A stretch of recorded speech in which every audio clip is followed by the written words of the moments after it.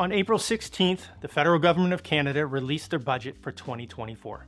And the item that's been getting the most amount of attention is their proposed change to the capital gains tax. If adopted, the tax changes would take effect on June 25th, 2024. So in this video, I want to take a look at an article from CBC News where they cover some of the more common questions about the proposed tax increase, and they provide some answers to those questions as well.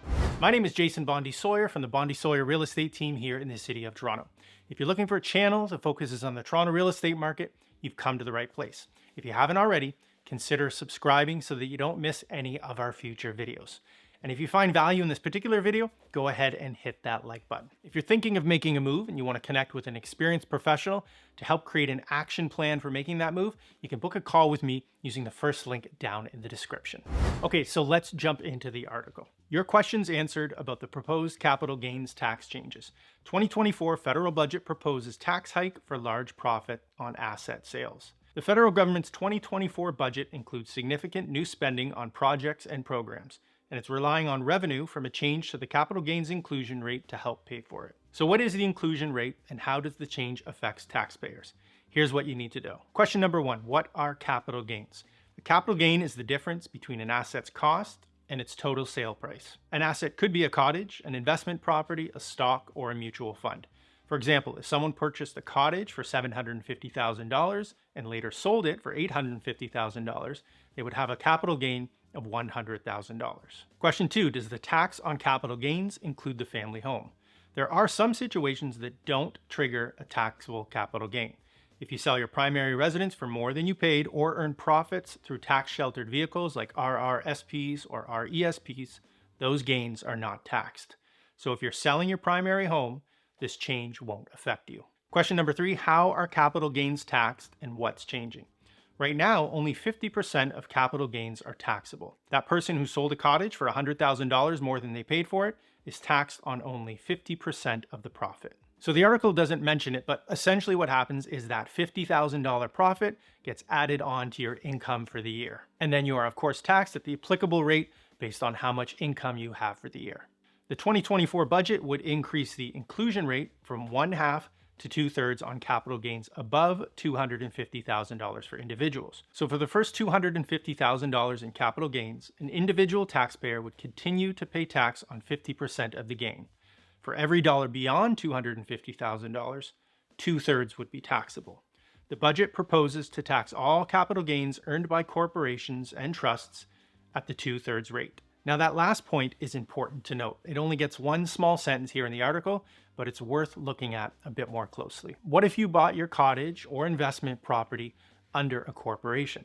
Well, in that case, the entire capital gain would be taxed at the 2/3 inclusion rate. So using that example from before of a person who sold their cottage for $100,000 profit, instead of being taxed on only $50,000 of the profit, if they bought under a corporation, they'd now be taxed at just under $67,000 of the profit. And then the article goes on to point out, if adopted, the tax changes would take effect on June 25th. And below that, they provide an example of how the changes will affect capital gains. In this example written by the government, this Ontario resident has a $400,000 salary with capital gains of $300,000.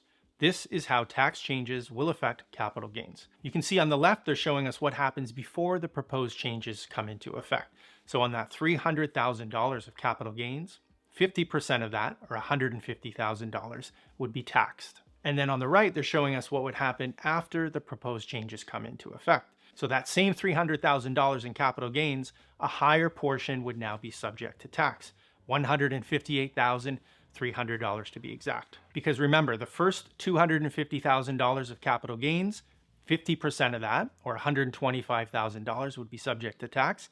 And then on the remaining $50,000, so from $250,000 to $300,000, that $50,000 portion would now be taxed at 2/3. Why set the lower tax limit at $250,000 for individuals? According to federal government data, 28.5 million Canadians are not expected to have a capital gains income at all. 3 million are expected to earn capital gains below the $250,000 annual threshold. The data also indicates only 0.13% of Canadians, so people with an average income of about $1.4 million a year, are expected to pay more in personal income tax on their capital gains as a result of the change. And the fifth and final question, what does the change mean for property sales? The 2024 budget maintains the existing exemption for capital gains from selling a principal residence. It also retains an existing lifetime capital gains tax exemption on the sale of small business shares and farming and fishing property. The new budget proposes to increase the exemption to $1.25 million and to index that figure to inflation thereafter. Taxpayers who are gifted a property or inherit one from their family and then sell the property could face the higher capital gains tax rate, but that can change depending on the size of the profit and whether the property becomes a primary residence. Shahir Khan, Executive Vice President of the University of Ottawa Institute of Fiscal Studies and Democracy, said this scenario is, quote, not uncommon in the generational transfer of wealth. They give you a house, you're a little worse off, but not a lot worse off, Khan said, citing the new capital gains tax inclusion rate. Khan said an estate planner or an estate lawyer would likely advise transferring the property differently to ease the tax hit. So how might these changes affect the real estate market? Well, in the short term, we could see additional inventory hit the market as investors and cottage owners rush to get their properties sold before the tax changes come into effect. And at the time of shooting this video, it's not exactly clear about whether or not you need to have the property sold firm by June 25th or sold firm and closed by June 25th. Now, the language that I'm seeing says that the changes will affect capital gains realized on or after June 25th. So that makes me think that the sale is going to have to close before the deadline date, which at the time of filming this video is only 2 months away. So in Toronto, we could see more investor-owned condos hitting the market or other investment property types as well, like multiplexes. In the long term, we could see less inventory, right? As investors now have to factor in that additional cost of capital gains tax when they're making a decision about whether or not to sell a property or to hang on to it. So hopefully that article answered some of the questions you might have about the proposed changes to the capital gains tax. Now, if you still have more questions, just drop them in the comments down below and I'll do my very best to answer them. That's it for now, and I'll see you next time.